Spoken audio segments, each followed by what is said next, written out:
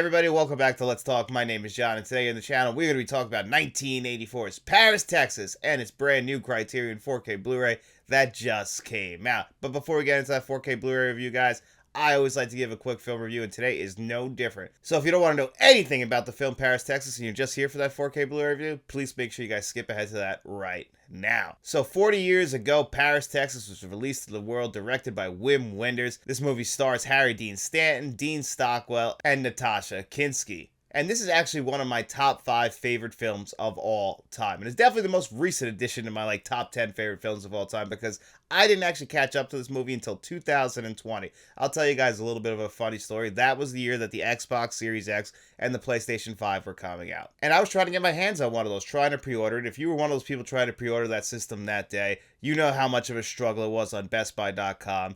And I just happened to have Paris, Texas in my cart at the time, so I was trying to get the Xbox Series X. It wouldn't go through. So I was like, maybe it's something with my card. I was like, I've been looking at this movie, Paris, Texas, for a while here.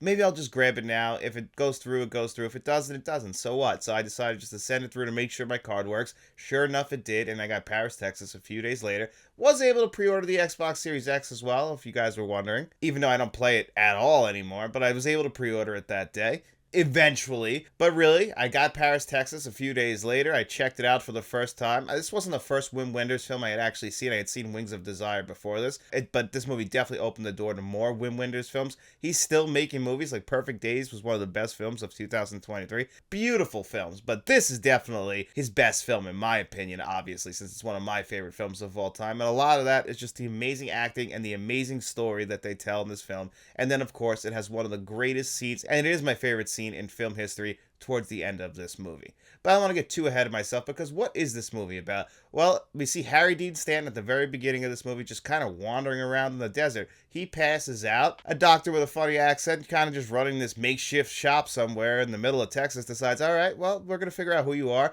He's got a number in his pocket. He calls up his brother and says, hey, I got your brother here. His brother's like, what the fuck? I haven't heard from this guy in 4 years. I don't know where he's been. I'm watching his son. But I'm going to go down there. He's my brother. I love him. I'm going to go down there. I'm going to pick him up. I'm going to bring him home, and he's going to go see his son again. And that's exactly what he does. And this is our first road trip in this movie, is the two of them kind of getting reacquainted with each other. At this point, Harry Dean Stanton's a mute. We don't know what the hell happened to him. No one's heard from him. He's a mess. He's disheveled. He's skinny as hell. You know, he's got this dirty beard. You know, the loving brother that Dean Stockwell is, he's going to clean him up, bring him back to his hometown in Los Angeles, where he has a very successful marriage and a very successful business.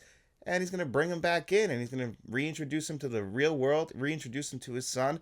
And, you know, as they're getting acquainted on this road trip, he explains how everything has been.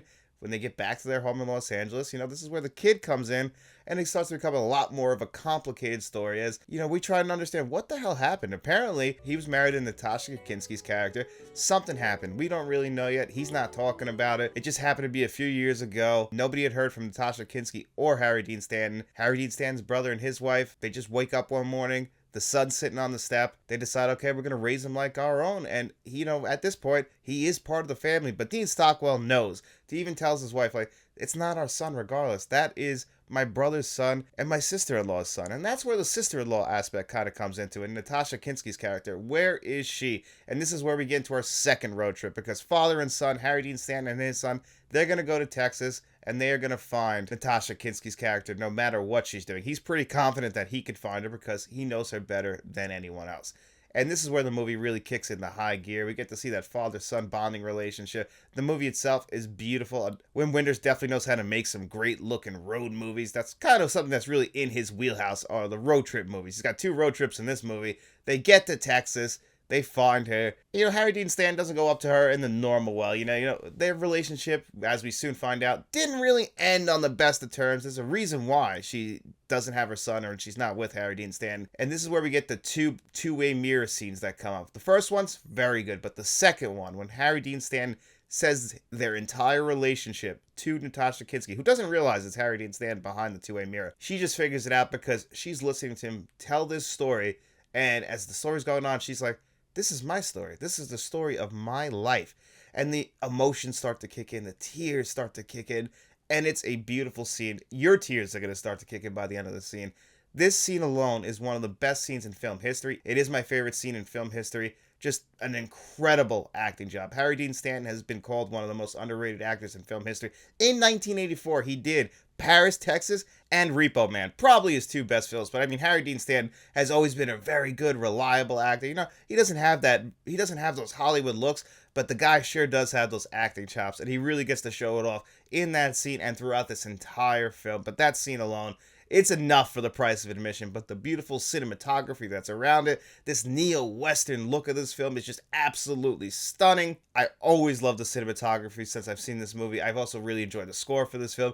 I'm just upset that it took me until 2020 for me to finally catch up to this film. All the wasted years I had where I could have seen this film. But you know what? I probably wouldn't appreciate this film as a younger man. I do feel like this is kind of the film you appreciate when you're like over the age of like 25 and you know you got some miles on you. You will really appreciate this. Or if you've been in a relationship and you know how tough life can be, this movie really does break that down for you. It's a beautiful film. So if you haven't seen Paris, Texas, I can give it the highest marks out there, and I definitely can't recommend it any higher.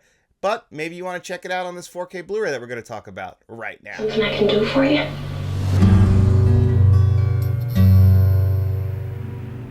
And here it is, Paris, Texas on 4K Blu-ray, courtesy of the Criterion Collection. Like I said, I had the previously released Blu-ray, and since it's a Criterion upgrade, that means we don't really get any other upgrades other than to the visuals.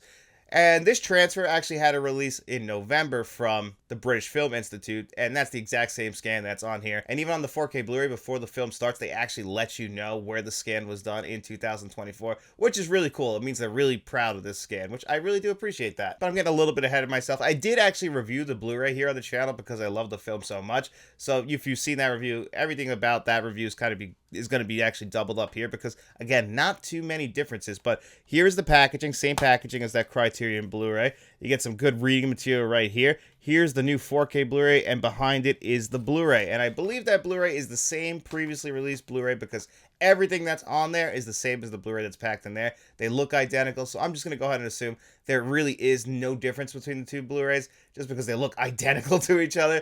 And you get the same DTS HD Master Audio 5.1 on the Blu-ray and on the 4K Blu-ray. It's the same audio track that's been following around. No real issues with it. I just would have liked an upgrade, but that's not something that Criterion really does. They don't really upgrade the extras. They don't upgrade the packaging. They don't upgrade the audio. It's just kind of something that Criterion has always done. They kind of like as we get a new format, they kind of like to keep the packaging uniform. I can understand it, but I still would have liked the new audio track, and I still would have liked some new packaging. Like I really liked what BFI did with their release. That packaging speaks more to me than what this packaging does. I was kind of on the fence. Maybe I'd get that BFI one, but it really just came down to money. I was able to get this one from the Criterion Collection here in the United States, and I didn't have to ship it in. So, you know, I kind of just went that route, but I did like the packaging more on the BFI release. I'm not too sure if their audio track is exactly the same. I'm pretty sure it's the same audio track. And now the extras are pretty good. There is no making of documentary or anything like that. Again, I would have liked some new extras celebrating 40 years. This was a huge deal at the film festivals when this movie came out. It won the Palme d'Or back in 1984. Would have been cool to get some more looking backs, but you get plenty of interviews on here, so I can't really sell it too short. You even get an audio commentary track. I'm just somebody who would have liked more just because this is one of my favorite films ever. So I was just slightly disappointed in that aspect. But really, you're only here for the upgrade to the visuals because everything is exactly the same. So how is that visual upgrade? Well, it's tricky. You do get HDR10 here, and you do get Dolby Vision. And when I first put this on, I gotta be honest, I was really disappointed in it. And it's tough for me to say that because you guys just heard me rant on and on about how much I love this movie. So there was nothing more than I was looking forward to than checking out this movie on 4K Blu-ray. And I was expecting it to be a fantastic transfer. Like I said, they put that text right in front of the film talking about the transfer. BFI had that release celebrating 40 years. You know, it's a new scan of the 35mm negative. It's gonna be a great transfer, right? Well, it is a great transfer. That's the thing that's really tough. It clears a lot of stuff up. It looks like a brand new 4K Blu-ray transfer, but it doesn't look like Paris, Texas to me. It's just not the same color temperature as the previously released Blu-ray, which I think made the film look better. Now, in this version, you're going to look at it and go, no, this is the better version. I mean, we're hitting those deep blacks, the colors, like the greens. It's going to pop off your screen. Harry Dean Stanton's red hat, oh my God, it stands out so much. You can see the dirt on it. But it just kind of feels a little bit too oversaturated to me. and it just doesn't have the same color temperature of the previously released Blu-ray, which, maybe that's not the correct color temperature. That's kind of the thing. Wim Wenders, he's still alive, still making movies. Maybe this is how the film looked back in 1984. There's no way for me to really know for sure, but I just know that watching this 4K Blu-ray compared to the previously released Blu-ray, I still kind of prefer the look of the previously released Blu-ray and this has happened actually a couple times with the Criterion Collection. Me personally, I've talked about the Three Colors trilogy. The 4K Blu-rays are beautiful, but they changed around the color timing, so I was really disappointed with that. Mean Streets is one that came out, I believe, last year. People were really disappointed with the color timing on that 4K Blu-ray because they just changed it around. It's not the film that people remembered seeing. And that's just kind of how I feel here. Now, given I don't have the world's biggest connection to this film because I only discovered it 4 years ago, but in those 4 years, I've watched this film at least 8 times. I cherish this movie at this point, and it's just a very different looking film.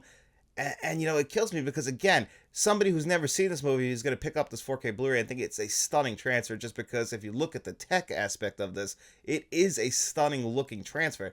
It's just not the transfer I was expecting it to be. I was definitely disappointed by how it looked. And it's just because they messed around with those colors. And it's just too colorful, a little too oversaturated.